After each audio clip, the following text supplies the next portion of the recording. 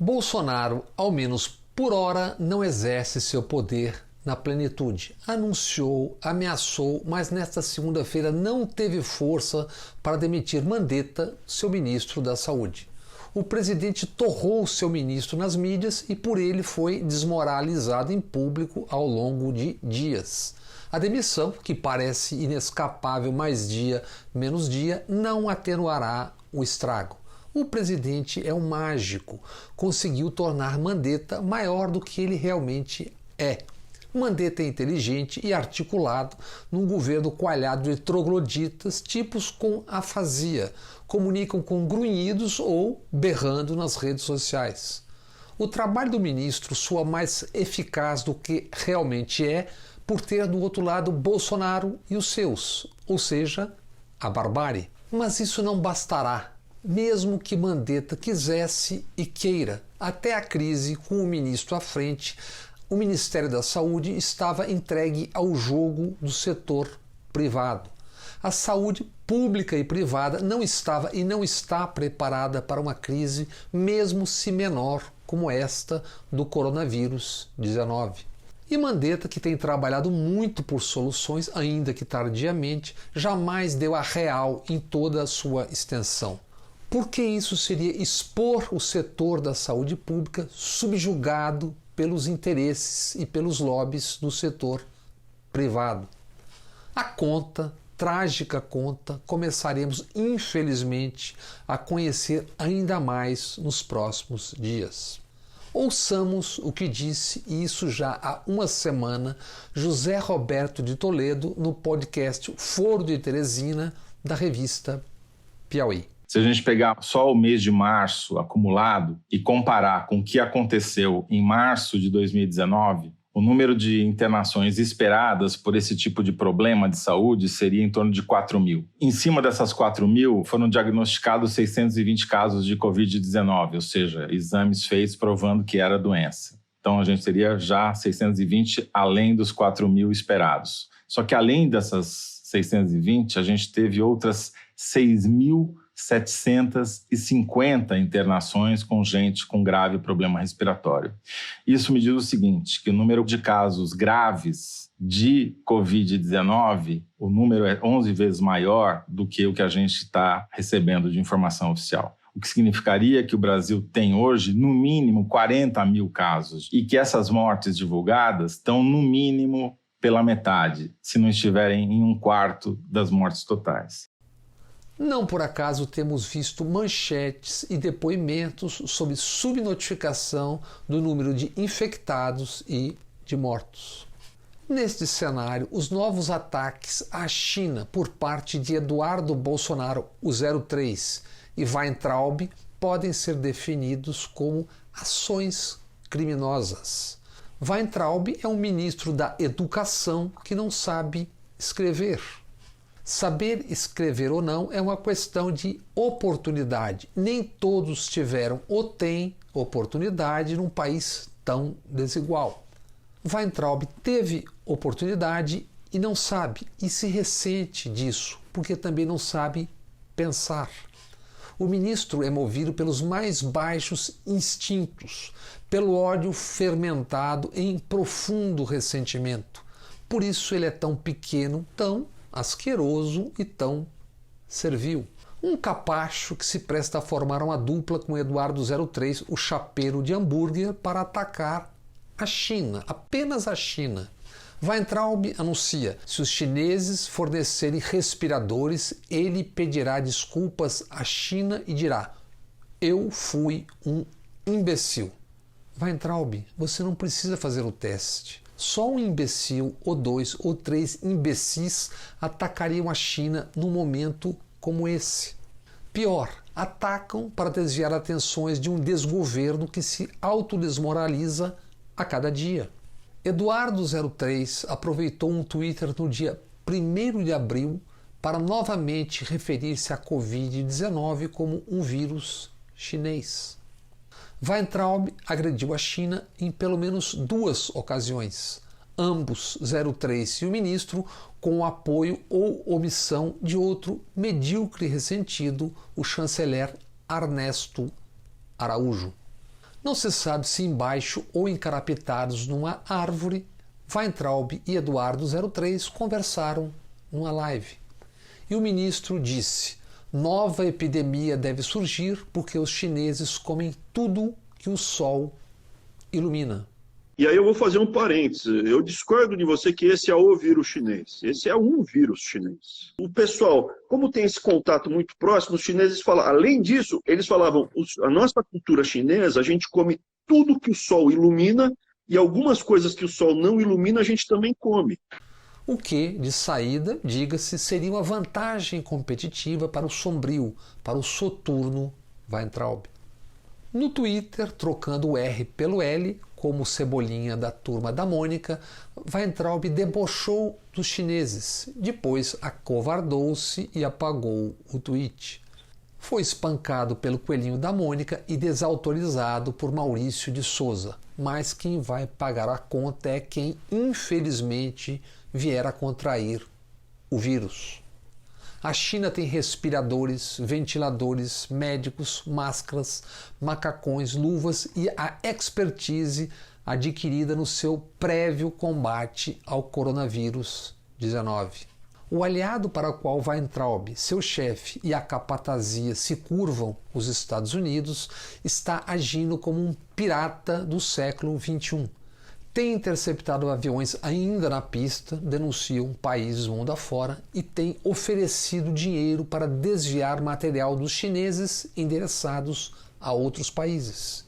E mais, a China vendeu para os Estados Unidos toneladas de material, transportados em 23 aviões cargueiros. Por que não para o Brasil? Porque não existe governo, porque imbecis estão chamando para a briga a segunda maior economia e o maior exército do mundo.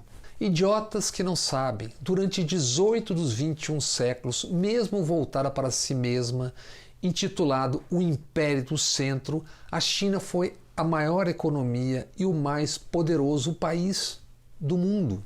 Ao contrário de moleques presepeiros, como esses nossos, nos jogos de poder, os chineses mais agem do que falam, como dito aqui há 3 semanas.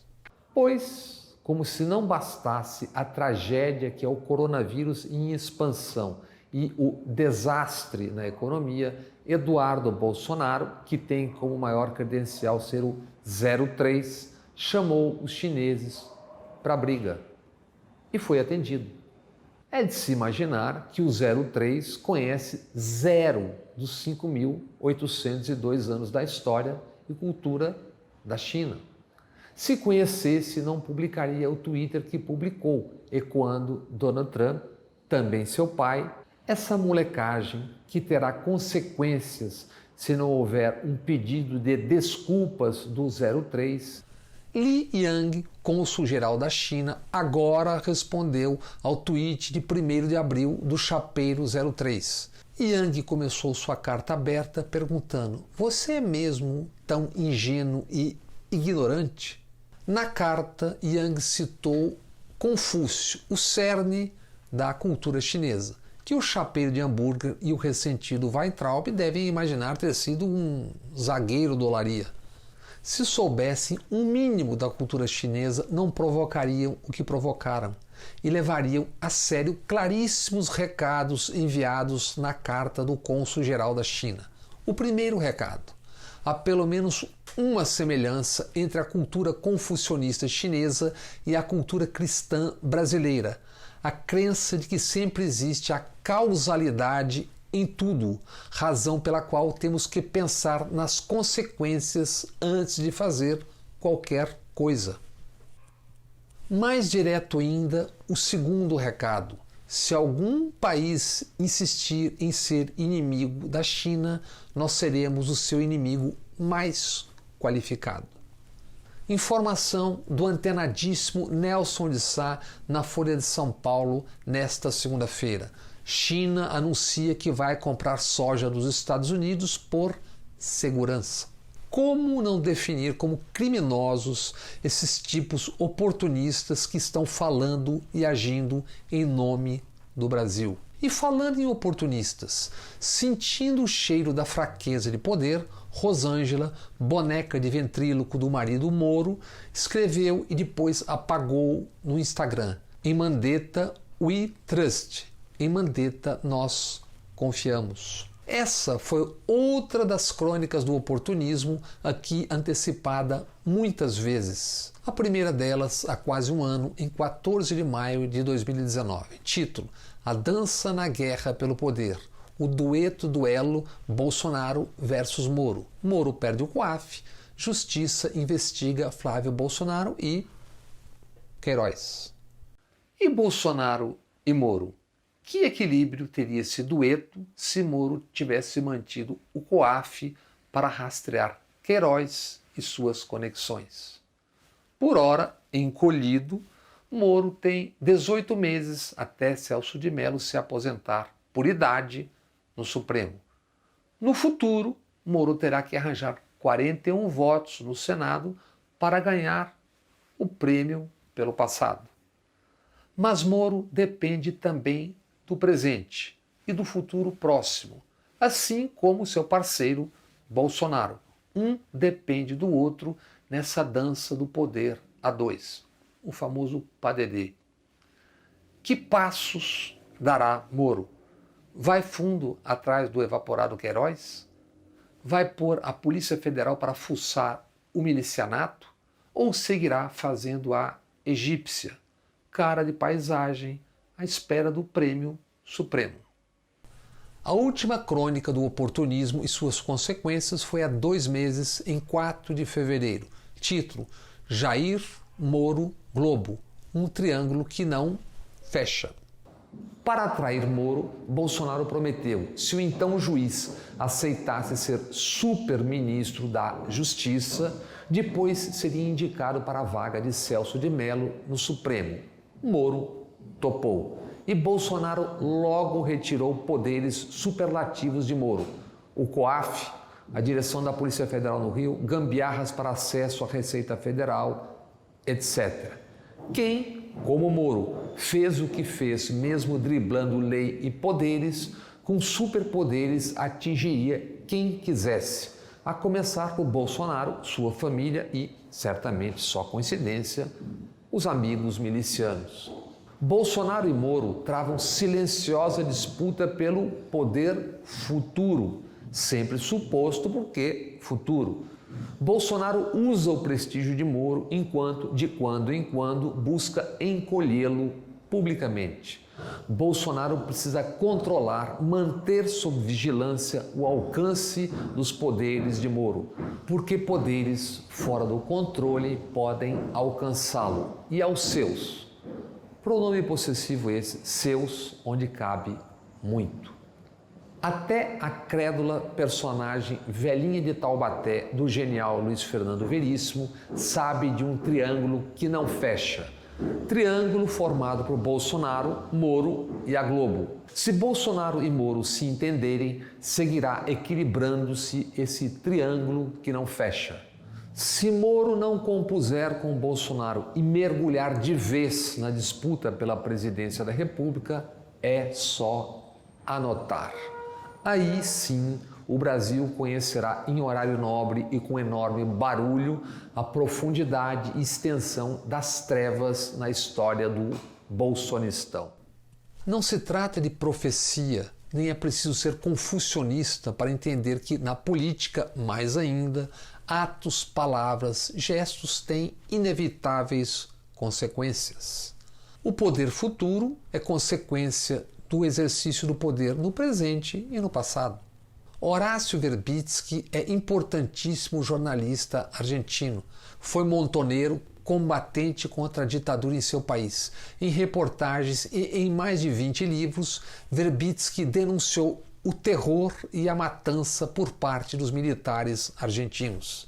Seu livro El Vuelo, escrito a partir de conversas com o capitão da Marinha Adolfo Schillingo, relata os voos da morte, opositores atirados dos aviões para morrer no mar. Na última sexta-feira, 3 de abril, Horácio Verbitsky narrou no programa Haverá Consequências, da rádio El Destape, um alto chefe militar do Exército do Brasil, comunicou em telefonema a um alto chefe do Exército argentino: Bolsonaro já não toma decisões mais importantes, foi escanteado pelos militares.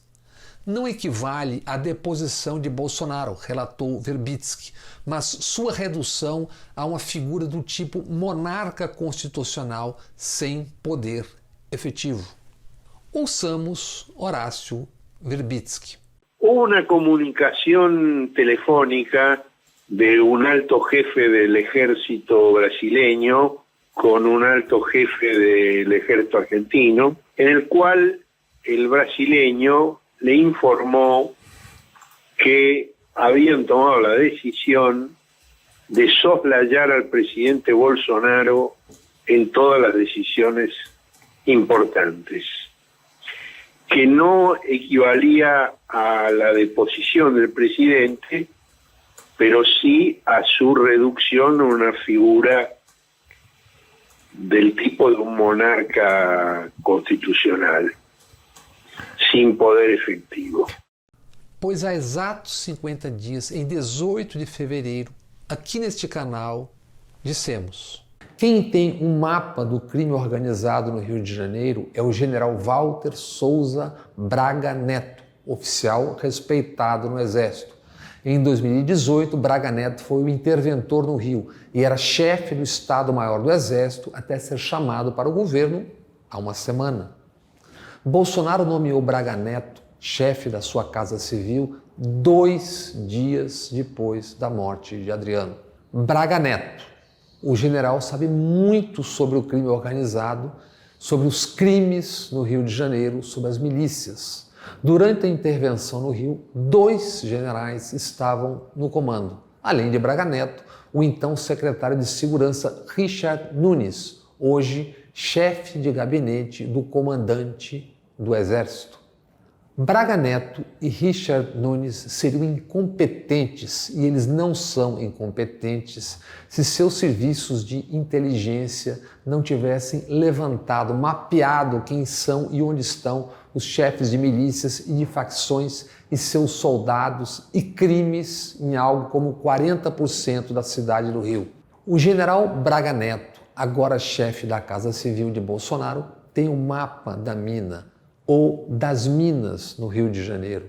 Ele já era o interventor a 14 de março de 2018, quando foram assassinados Marielle Franco e Anderson Gomes. Braga Neto comandou a inteligência no Rio até o final de 2018. O general tem fama de competente. Difícil que, mesmo informalmente, mesmo sem provas, se saiba mais do que o general sabe sobre o que aconteceu e o que acontece e como acontece no Rio. Como outros generais, Braga Neto deixou a ativa para embarcar num governo e palácio tomados por graduados militares, aposentados ou não. O futuro mostrará o que tudo isso significa e o que tem a ver com o passado.